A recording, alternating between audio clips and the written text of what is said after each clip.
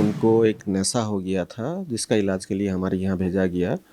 तो उनका इलाज नशा मुक्त केंद्र में चल रहा है। हाँ, एक्चुअली क्या है, वो नास में इंजेक्शन ले रहे थे और जिसके वजह से उनका हाथ पैर का नास सब सिकुड़ गया है, सूख गया है। शुरू में उनके घर वाले के लोगों से थोड़ा डिमांड था जो बाहर से खाना अलाउ किया जाए, तो हमारे हॉस्पिटल में अलाउ नहीं है।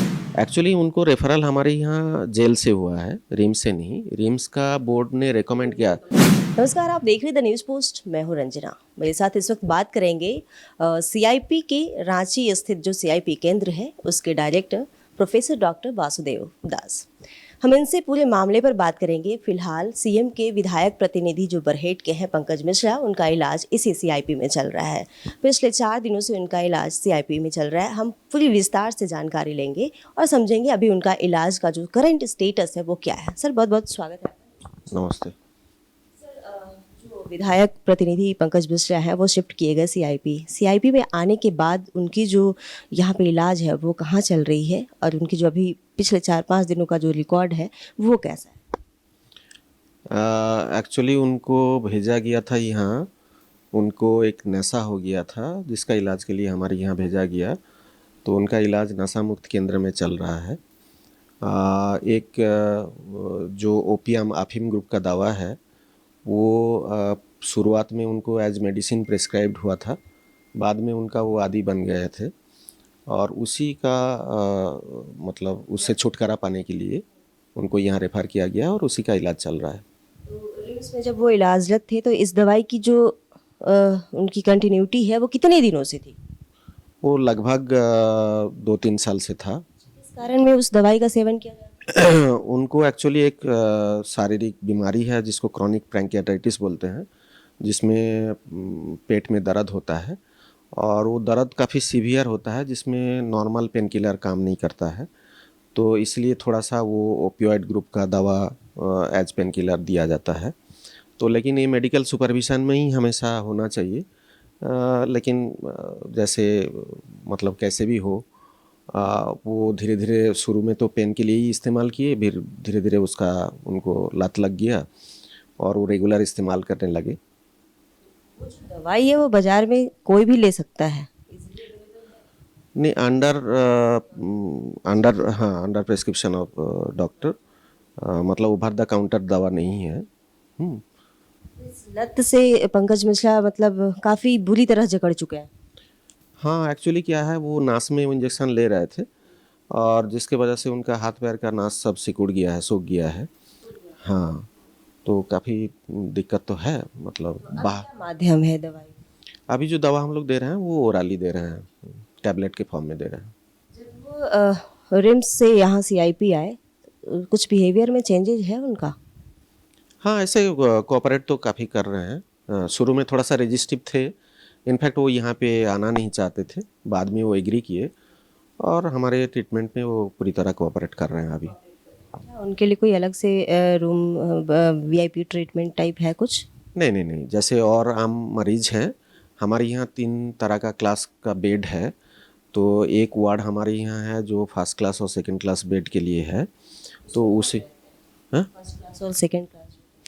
उसमें हमारे मतलब क्लास का डिफरेंस जो है वो खाली नहीं, डिजीज वाइज नहीं, वो मतलब हमारे यहाँ कोई फ्री बेड नहीं है। वो मेंटेनेंस चार्जेस जो है उसके डिफरेंस के आधार पर क्लासेस डिफरेंस है। जिस कमरे में वो है उसमें कितने मरीज हैं? उसमें यूजुअली हमारे उस वार्ड में जो डॉर्मेटरी होता है उसमें 6 से 8 मरीज रहते हैं। 6 से 6 से 8 मरीज के बीच में पंकज मिश्रा रहे हैं। बीच में रह रहे हैं। सभी मरीज एक दूसरे को कोऑपरेट कर? करते करते आप वहाँ पे निरीक्षण में गए? हाँ, क्योंकि हमारे वो नशा मुक्ति केंद्र के लिए ही आए हैं यहाँ रेफर्ड, तो उनके जो इंचार्ज डॉक्टर हैं और पूरा टीम उनके हैं, तो वही लोग देखभाल कर रहे हैं और रेगुलर फीडबैक मेरे पास आ रहा है उनका क्या प्रोग्रेस है क्या नहीं है। कितना परसेंट हुआ? प्रोग्रेस अभी तो हम लोग बोलेंगे जे बिना इंजेक्शन को वो रह ले रहे हैं, तो प्रोग्रेस तो है। बाकी यहाँ से जाने के बाद वो दोबारा चालू करेंगे कि छोड़ के रह पाएंगे, वो तो वक्त ही बताएगा, अभी हम लोग नहीं बता सकते हैं। यहाँ वो बिना इंजेक्शन के रह ले रहे हैं। हाँ हाँ। ये यहाँ से जाने का अभी कुछ है, कोई पर्टिकुलर टाइम कि वो कब तक रहेंगे सीआईपी में पंकज मिश्रा?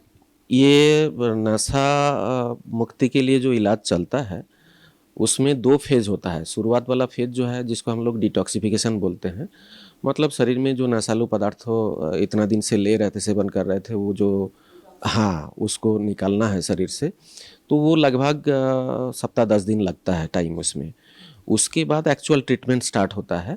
उसमें कुछ दवा ऐसा है जो दिया जाता है जो उनका इच्छा को कम करता है, नशा लेने का इच्छा को कम करता है, जिसको एंटी क्रेविंग एजेंट्स हम लोग बोलते हैं। और प्लस साथ में कुछ काउंसलिंग वगैरह ये सब किया जाता है, जैसे मोटिवेशन उनका बढ़ाने का, और कोई मेंटल हेल्थ इश्यूज़ है, एंजाइटी है, डिप्रेशन है, वो सब का काउंसलिंग किया जाता है। आप मोटिवेशनल वहाँ पे जो उनके साथ कुछ हो रहा है वैसा, क्या क्या मोटिवेशन में कुछ उनके जो क्लास है वो मोटिवेट हो रहे हैं? आ, हाँ नहीं, बेसिकली टीम वर्क है हमारे पास। साइकेट्रिस्ट हैं, क्लिनिकल साइकोलॉजिस्ट हैं, साइकेट्रिक सोशल वर्कर हैं, साइकेट्रिक नर्सेस हैं। तो पूरा टीम उनके साथ समय समय पर बात कर रहे हैं और उनको समझाने का प्रयास कर रहे हैं। उनका असेसमेंट भी चल रहा है, जांच भी चल रहा है, जे क्या बजा रहा, उनका पर्सनालिटी कैसा है, नहीं है। तो टोटल मतलब हम लोग का जो अप्रोच रहता है वो हॉलिस्टिक अप्रोच रहता है। पूरा इंडिविजुअल को समझना, उनका प्रॉब्लम को समझना और उसके बाद उसका हाल या निदान ढूंढना। रात की नींद पंकज मिश्रा को आ रही है? हाँ, नींद आ रही, नींद साउंड स्लीप वो सो रहे हैं बिना दवाई का? सो रहे। खाने पीने में? खाने पीने में जो नॉर्मल हॉस्पिटल का डाइट है वही मिल रहा है। शुरू में उनके घर वाले के लोगों से थोड़ा डिमांड था जो बाहर से खाना अलाउ किया जाए, तो हमारे हॉस्पिटल में अलाउबल नहीं है, तो हॉस्पिटल का ही खाना ले रहे हैं। तो यहाँ पर कोई किसी भी तरह कोई फ़ोन कॉल्स, कोई एक्स्ट्रा नथिंग? नहीं, हमारे पास तो कहीं से कुछ नहीं है। एक्स्ट्रा एक्टिविटीज़ में वो नहीं है? As usual any other patient आप बोल सकते हैं। जो बाकी मरीज जैसे हैं उनका इलाज भी उसी तरीके से चल रहा है, वैसे ही चल रहा है। और कोई हमारे ऊपर कोई किसी तरह का कह सकते हैं कि सीआईपी में कोई वीआईपी ट्रीटमेंट नहीं होता? नहीं, नहीं एकदम पैरवी भी नहीं आ सकता? एकदम। तो पंकज मिश्रा एकदम अंदर में एंजॉय कर रहे हैं सीआईपी को, नशा मुक्ति केंद्र को? तो हम नहीं बोल पाएंगे जो एंजॉय कर रहे हैं कि नहीं, लेकिन कोऑपरेट कर रहे हैं, इतना हम बोलेंगे जरूर। हाँ। जो फीडबैक आपके पास आप पहुंच रही है, कब तक रहने का चांसेस है? मतलब 1 महीने 2 महीने का? अभी तो शुरुआत हम लोग को 10-15 दिन को हिसाब से लेके चल रहे हैं।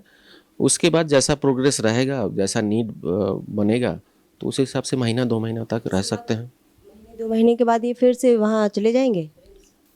एक्चुअली उनको रेफरल हमारे यहाँ जेल से हुआ है, रिम्स से नहीं। रिम्स का बोर्ड ने रेकमेंड किया था। उस रिकमेंडेशन के आधार पर जेल ने हमारे पास रेफर किया है। वो यहाँ आना नहीं चाह रहे थे? ऐसे ही वहाँ डॉक्यूमेंटेड है, क्योंकि रिम्स का बोर्ड का रिपोर्ट में जो वो आना नहीं चाह रहे थे, तो फिर जेल में वो जेल में उन्होंने फिर उनको समझाया गया होगा या जो भी है, तो फिर उन्होंने एक्सेप्ट किए यहाँ आने के लिए, तब उनको भेजा गया। आप कभी बात किए उनसे?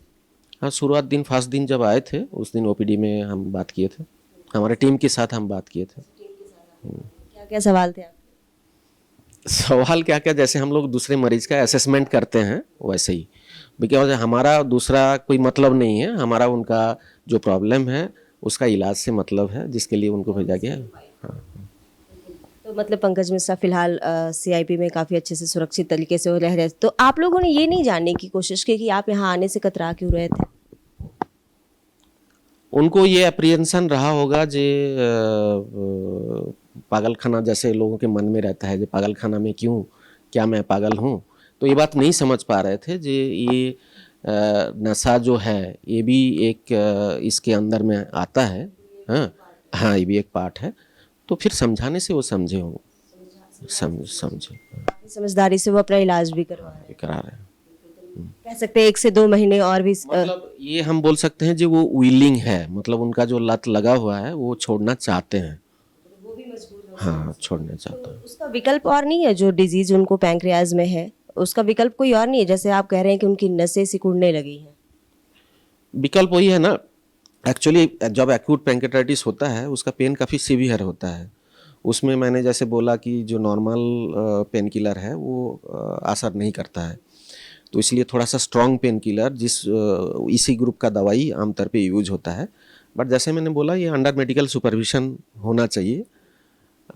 लेकिन वो जैसे भी हो वो धीरे धीरे, क्योंकि इसमें थोड़ा सा रिस्क वही रहता है जिसमें थोड़ा एडिक्टिव पोटेंशियल रहता है, मतलब लोग इसमें आदी बन जाने का ये चांसेस रहता है, तो वही। सवाल होगा सर, जैसे सीआईपी को आमतौर पे रांची कांके इलाका को ही लोग पागल खाने के तौर पर समझते हैं। कोई भी जाता है तो चेहरे पे मुस्कान आती है पागल खाने, इसकी टैग लग जाने से लोग कहते हैं वो पागल है, कांके में मतलब टैग लगना। तो ये भ्रम को कैसे दूर किया जाएगा? क्या कोई रियल में यहाँ पागल खाने में सिर्फ पागलों की ही इलाज होती है, इसके अलग अलग ब्रांच हैं, यूनिट्स है, जैसे आप कह रहे हैं नशा मुक्ति केंद्र है, इसके सोशल हेल्थ भी होता है इसमें? आपने बहुत अच्छा मुद्दा रेज किया है, क्योंकि हमारे समाज में स्टिग्मा इतना ज़बरदस्त है, जिसकी वजह से या तो लोग समझ नहीं पाते हैं जे मानसिक समस्या कितना तरह का हो सकता है और उसका क्या निदान है, कहाँ निदान उपलब्ध है। तो मेन जो इशू है इसका जो जागरूकता का कमी। अगर हम लोग समाज में जागरूकता बढ़ाएंगे तो डेफिनेटली लोग ज़्यादा आने लगेंगे और जो टैबू का बात कर रहे हैं, स्टिग्मा का बात कर रहे हैं, वो कम होता जाएगा। लेकिन ये तुरंत होने वाला नहीं है, इसमें निरंतर प्रयास करते रहना। हाँ हाँ, जागरूकता अभियान हम लोग रेगुलर बेसिस पे कर रहे हैं। हम लोग स्कूल में, कॉलेज में, कम्युनिटी में, हर जगह जाके हम लोग इसका अवेयरनेस के बारे में लोगों को जागरूक कर प्रोसेस कर रहे हैं। छोटा बच्चा भी जानता है, बचपन से हम लोग भी जानते हैं कांके मतलब पागल खाना, कांके रिटायर्ड, ये वर्ड शायद सर एक कोटेशन करके कहें तो ये कितना सही है? बिल्कुल ही सही नहीं है। देखिए, बिल्कुल ही सही नहीं है, क्योंकि आप देखिए जैसे आपके हमारे सब में शरीर है तो मन भी है। अगर शरीर है, शरीर का बीमारी होता है, तो मन है तो मन का भी बीमारी होगा। तो अगर शरीर का बीमारी को हम एक्सेप्ट कर लेते हैं, अगर हमें हाइपरटेंशन है, बीपी है कि डायबिटीज़ है, हम किसी को बोलने से कतराते तो नहीं है हमको हाइपरटेंशन है, हमको डायबिटीज़ है। हाँ, लेकिन जहाँ ये बात आ जाता है जो हमें डिप्रेशन है, ये बोलने से लोग कतराने लगते हैं। जे हाँ, लोग क्या समझेंगे, कैसे लेंगे, तो इसको परिवर्तन होने का ज़रूरत है। हाँ, मतलब ऐसा ही आमतौर पे होता है ऐसा मरीजों के साथ। बाकी इनके साथ क्या होगा नहीं होगा वो तो मतलब जैसे रेफर्ड, हाँ, रिपोर्ट बताएगा और जेल अथॉरिटी कैसे हम लोगों को क्या डायरेक्शन देंगे उसके ऊपर निर्भर करेगा। तो आप सुन रहे थे सीआईपी के डायरेक्टर डॉक्टर वासुदेव दास को। इन्होंने साफ तौर पर कहा कि पंकज मिश्रा फिलहाल अपने इलाज में इस पूरी टीम को सपोर्ट कर रहे हैं और जिस तरीके से डॉक्टर की तरफ से उन्हें कहा जा रहा है वो इलाज करवा भी रहे हैं और फिलहाल वो रात में चैन की नींद ले रहे हैं। खैर, यह तो देखने वाली बात होगी कि सीआईपी से पंकज मिश्रा कब निकलते हैं। हालांकि बता दें कि पंकज मिश्रा को सीआईपी 1 दिसंबर से ही आना था, लेकिन उन्होंने आने में 2 से 3 दिनों तक आनाकानी की। उसके बाद वो आखिरकार सोमवार को सीआईपी में अपना दाखिला करवा लिए और इलाज भी अपना ले रहे हैं। तमाम ऐसे ही अपडेट्स के लिए बने रहिएगा द न्यूज़ पोस्ट के साथ। नमस्कार।